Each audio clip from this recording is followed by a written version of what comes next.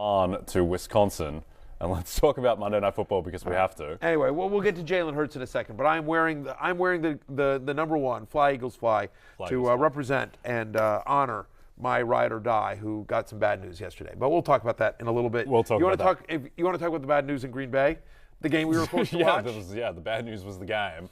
Okay. What would you like to talk about? Let's talk about the running backs in Green Bay, because they've generally been the most interesting thing about the Packers all year. Let's talk about Aaron Jones. AJ Dillon wasn't very efficient, but got into the end zone twice.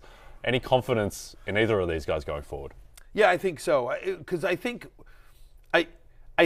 there was nothing about last night's game that changed my opinion, candidly, on any player, but especially the running backs here, right? I mean, so maybe you feel a little bit better about A.J. Dillon.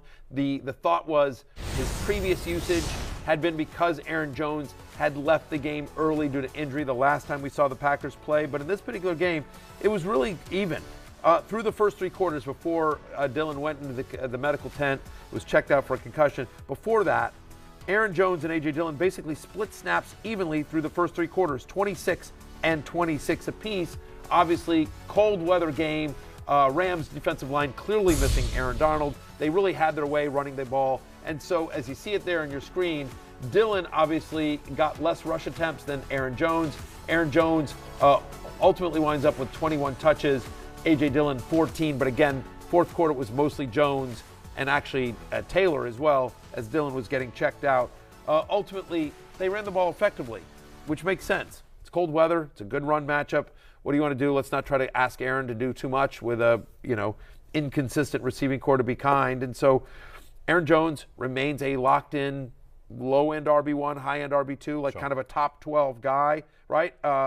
He's now had 18 or more fantasy points in two of the last three. What's exciting about Aaron Jones is his usage in the passing game with 5 or more targets in 3 of the last 4. So Aaron Jones is Aaron Jones, hashtag free Aaron Jones. Yep. He feels like he's free. He's getting a decent amount of work. And then for A.J. Dillon, they're starting to use him a little bit more in the passing game, but still, he's a touchdown-dependent flex or low-end RB2 is what Dillon is. You really need him to get a touchdown to pay off. Obviously, last night he gets you 2, which is big. I don't know if they can always count on that. However, you think about their upcoming schedule, right? So they play Miami this week. They're on the road at Miami. I don't think you're, truly,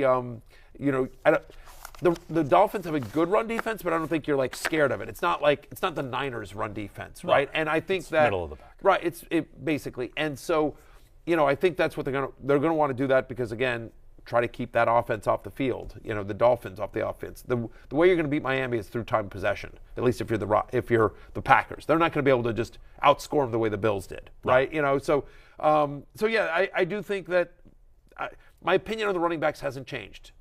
Yep. Aaron Jones is a must start. J.J. Dillon's a touchdown-dependent flex RB2, depending on what you need. Yeah, obviously starting Aaron Jones every week. I do think with A.J. Dillon that don't get too sucked into last night because that was just an ideal game script. No Aaron Donald in the run defense. Now they go to Miami, who really need to win to get into the playoffs. So they'll be going all out, and the Dolphins are 4.5-point favorites. Packers ran the ball 35 times last night. You're probably not going to have the game script. They'll try and probably establish that, but I wouldn't be counting on a couple of touchdowns. Right, and it's because of the passing game usage that you feel better about Aaron Jones. Sure. That regardless of how the game goes, Aaron Jones is going to have his typical workload. To your point, they're playing at the lead. They're playing with the lead in cold weather in a great run matchup, so it makes sense that they wanted to sort of pound Dillon in there. Yep. And we'll see, but on the road at Miami where it should be a lot warmer, we will see, and you'll see where the rankings come out tomorrow for A.J. Dillon. But again, I think he's a touchdown-dependent flex is what he is. Yep. Let's talk about the receivers. Let's take a look at the production that the Packers wide receivers had last night and their skill position players overall. Romeo Doubs back, 5 targets, 5 receptions for 55. Aaron Rodgers did everything he possibly could for Christian Watson anytime touchdown bettors last night with the last 2 plays of the game effectively. He tried to get the ball to Christian Watson, and here is Aaron Rodgers talking about his receivers. Bemoan a couple of his opportunities to maybe catch and run and get some more yards, but I was happy to get him out there. He's a very crisp route runner. They were asking me about the difference between Christian and Romes this week, and Romes has always been a little bit more polished of a route runner. Christian is just so explosive. So I thought Matt did a good job of giving Romeo some routes where we needed his his crispness on the routes, and then giving Christian opportunities to use his speed, which we've basically been doing. I thought Cobby had a few nice plays for us as well, and we got to keep finding ways to get Allen involved too. Romes. Romes. No, that was the name. I didn't either. Good for you, Aaron. But good for you, Romes. he's absolutely right. I mean, Randall Cobb is still there, right? To help out, if you will. He is. Aaron Rodgers' best friend, like whatever. You're not starting Randall Cobb 3 for 32 on 4 targets. Randall Cobb is like James Jones on the LeBron James teams, where he's around. I mean, he's getting enough work to be sort of annoying to the other pass catchers, especially in a game where they're going to run the ball quite a bit. I don't think they're going to have that luxury against the Miami Dolphins here. I don't think I've changed my opinion on these. I get that Dobbs had the better game, I suppose. He led the team in receiving yards, but he also played the second fewest snaps of any wide receivers. And you heard Aaron Rodgers there at the very end of that clip talking about the fact that they got to find ways to get Allen involved. He's talking about Allen Lazard, who had 1 reception for 7 yards on just 2 targets. I think that number will go up. But coming into this game, my feeling was that the only must-start wide receiver was Christian Watson.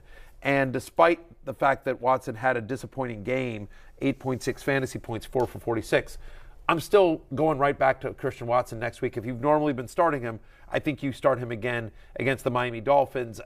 They try to get him a touchdown. At the very end, they tried everything imaginable. It was ridiculous. They should have been running the ball out, and they're trying to get Christian Watson touchdowns on the 2 penultimate plays of the game. If you saw the post-game interview that Rodgers did with Lisa Salters, she asked him about that, and he's just like, because at the very end of the game, if you tuned out, Rodgers tried to get Watson the ball at the goal line, and Watson little audible. He did some sort of audible with his right arm, looking at Watson. That I suppose that means he's going to turn, basically take a step and turn and look and get the ball, but instead he just kept running out, and so the ball didn't get anywhere near him. Rodgers literally says to Lisa Salters at the end, in the post-game interview, "Listen, if you want touchdowns, run the right route." Yeah. Very Aaron Rodgers. So and he didn't, I guess, but they did try to get him, and I think if Rodgers and Watson are on the same page and he gets into the end zone, I think the narrative about him is different today. Yes. I'm not worried about one bad game when Watson has been just so good down the stretch. He had 6 or more targets, and more often than not, given his speed and big play explosiveness, that's going to pay off. Favorable matchup as well against the Dolphins in terms of their pass defense has been a little shaky this year. Xavier Howard hasn't been the same guy. The Bills did whatever they wanted. I know it is the Bills, but still, and you would expect that they will be throwing to keep up with the Dolphins if they can't. Right. And Watson is one of those guys that all he needs is one play to make your day. Yep. And huge touchdown potential there. Let's unfortunately talk about the Los Angeles Rams. We are contractually obligated to America. It was the Cam Akers show, I guess. Cam Akers continues to look vaguely fantasy useful. I wouldn't go as far as to say reliable. It's a really strong word.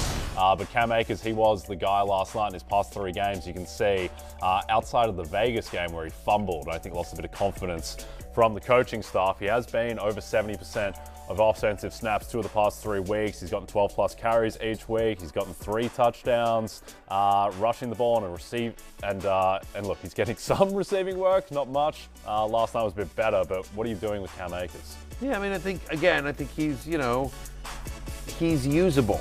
Are you excited about him? You're not. The offensive line looked poor last week as well, right? I mean, they looked poor last night. They looked poor, throughout the game. But yes, Akers' volume, 15 touches, 100 total yards. He had 100 total yards from scrimmage. You mentioned the scoring that he's had, and so he's now had at least 60 rushing yards in 3 of the last 5 games. He's scored in 2 of the last 3, as you mentioned. Didn't score last night, but did get the 100 total yards. And so, the best thing I can say about Cam Akers is that he's usable. They're playing the Broncos this week. I don't think the Broncos' run defense scares anyone. In negative game script last week against the Broncos, the Cardinals, with their third-string quarterback and Trace McSorley, were still able to get a really good game out of James Conner last week. So, yeah, I mean, Cam Akers is usable. He is a usable flex-level running back. Yep. There's not a ton of upside, but there's seems to at least be a floor there because of the usage. I don't think we need to talk about any of the other Rams. There's no Rams pass catchers starting. You're not starting Baker Mayfield. Tyler Higbee, if you're desperate at tight end, that would probably be the only other guy, right? I guess against Denver, again, tight ends have had some success against Denver. They're usually really good against against wide receivers this year. Sure. I mean, like Higbee really means desperate in most languages. You know what I mean? Like if you look at the dictionary, Yep. and you look up, Yep. I think language. last night was a good example of why sports betting is great. Because if you didn't have a bet on that game, there wasn't a lot of reason to watch, particularly in the second half as it got out of control. But or fantasy football. I mean, yes. I had Aaron Jones and I needed a huge game, and so this play you're just seeing right here where I was like, oh my God, get in! I wanted them to review that again because I thought he might have crossed the plane for a second and they didn't, and then of course they take a knee. And what this was most relevant for, yes, Aaron Jones anytime touchdown scorer, but also the total, which was 39.5. He gets an extra yard there, it goes over, and then they start kneeling. And here's some sound of Matt LaFleur talking about not trying to score again.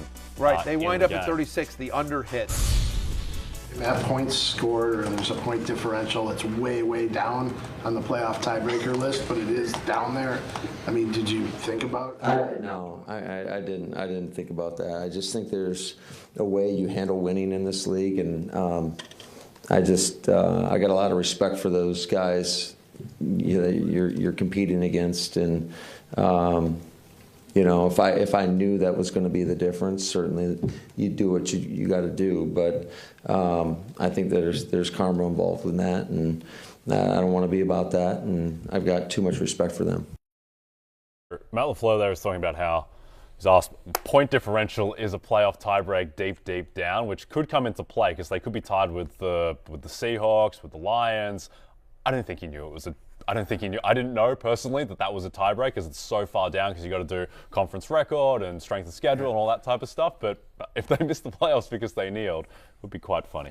You know what? I agree with you, by the way. If you watch the clip, when you're looking at it, I don't think he knew that. And I think he sort of BS'd that. Yeah. And he just talked about the fact that he didn't want to score. So, right, Aaron, for those of you listening, we showed the play at the end of the game where Aaron Jones gets down to it looks like the 1-inch line. And we only saw one look at it. I'm like, are you sure he didn't cross the plane? Because he outstretched the ball before he got pulled down. And so I would have really been interested to see another look at that. But whatever, it's called down basically at the 1-inch line. And instead of punching it in for another, or at least attempting to with Jones or Dillon or somebody, even Patrick Taylor, they instead take a knee for 3 straight and wind up with a 24-12 victory. And so, yeah, I'm with you. I have a real issue with this, and there's a lot of reasons. In essence, basically what he's saying is I don't want to try to, quote, run up the score because I'm close with McVay and the guys on the other side of the ball. And I get that. And there's karma involved with that, and I get that too. But running up, you're up by 12 points. Yeah. You're up by 12 points. And to your point and to the reporter's point in that question, point differential is a tiebreaker. Now, a lot of things have to happen before it matters. A lot of things. And it's much more unlikely than not to be a factor. It is most likely not going to ultimately be a factor as to whether or not Green Bay pays in the postseason. But there's a chance. Yep. If you're telling me there's a chance, if there's a 1% chance it comes into play, there's a 2% chance. Why wouldn't you try for the extra touchdown? Here's the other thing that I don't like. The other thing is obviously, listen, I'm skewed because, if you have the over, you want that. I have Aaron Jones in fantasy. Would have loved to seen him get another shot. But the fact is that a lot of postseason awards, both financially for individual players and then also in general, are based in some part on statistics. Not every voter watches every game. A lot of times they'll look at the stats. How many touchdowns does this guy have? How many yards, catches, passing yards, et cetera, et cetera, et cetera. So in essence, stuff like that, as dumb as it may seem, an extra touchdown for Aaron Jones potentially affects his potential to get to the Pro Bowl, to I don't know what is in his contract, but he may have a touchdown escalator in his contract. Again, I don't know. Or same with Aaron Rodgers. Fine, you don't want to give it to Aaron Jones. Let Aaron Rodgers, who's had a tough year this year, give him a bunny touchdown. Just add to his total a little bit. If it's one thing, if it's 40-12, I get it. But it's 24-12. Yep. It's not even 2 touchdowns of a lead here. And again, there's a chance it affects your postseason opportunity, and that's more important than saying hey, Sean McVay, I didn't, take a last-second touchdown when I could have. I think it's dumb, and I think it's short-sighted, and I think it's bad on both a personal level for the guys in that locker room. They want to score touchdowns, It's been a tough year for Green Bay. Yep. I'm going to say it's minus 2,000. LaFleur didn't know about the point differential tiebreak, which is maybe fair enough because I don't think many people know about it. But you're an NFL head coach. He's the coach of the team, so maybe you should know about it. By the way, you're an NFL head coach, and not only should you know about it, at least somebody in the building should know about that. Yeah. There's got to be some sort of specialist there that's looking at that and tells LaFleur that. Yep. Now, it could have an impact, unlikely, but it could have an impact on the NFC playoff picture as we take a look at where the Packers stand in that now. So they're in the hunt. They're 6-8. The Commanders still occupying the 7th spot. We'll see if they can beat San Francisco on the weekend. Otherwise, they likely fall out temporarily at least. The Packers, their main threats are going to be Washington, Seattle, and Detroit. The NFC South teams are really just competing among themselves. They're not going to get a wild card. Yeah, I mean, it's really interesting here because, I mean, ultimately, it comes down to the Carolina Panthers for the Commanders as I look at this, right? I mean, Seattle plays Kansas City this week. You expect the Chiefs win that game, especially given that Seattle has not looked great and they're not going to be without Tyler Lockett in that one. And then Green Bay plays at Miami. Okay, whatever. But even if Green Bay wins, they're 7-8. Assume the Commanders lose, they're 7-1 to the Niners. So now it comes down to Detroit playing Carolina this week. Yep. And you'd expect the Lions to win that one, but Panthers have been plucky. Yeah, Detroit are only a 3-point favorite, so you need to wear a Sam Darnold keep pounding Panthers jersey because you're going to be Panther Nation on the weekend. The Packers are plus 900 to make the playoffs. They need to win out. It's not the easiest schedule. It's Miami and then home games against Minnesota and Detroit. Those are close to coin flips. There'll be small favorites in those games. And, no one will want to see Aaron Rodgers in the playoffs, but they're not that frightening, I don't think. No, they aren't, especially because if they get into the playoffs, they're going to have to go on the road. Yes. Like Lambeau in winter is always like a factor in the playoffs, and that's not going to be. There's the only way the Packers get in is through the 7th seed. So there's no scenario where they home. I believe this. I could be wrong. No, the Vikings have clinched the North, so that is done. Hey, it's Matthew Berry from NBC Sports and RotoWorld.com. Just want to thank you so much for watching what you just watched, or at least being too lazy to click out of it after the autoplay just kept it going. So either way, thank you so much for just letting it scroll by your screen. And now I'd like to ask you respectfully, please subscribe to the NFL on NBC YouTube channel for the latest NFL news, fantasy headlines from RotoWorld, and betting analysis from NBC Sports Edge.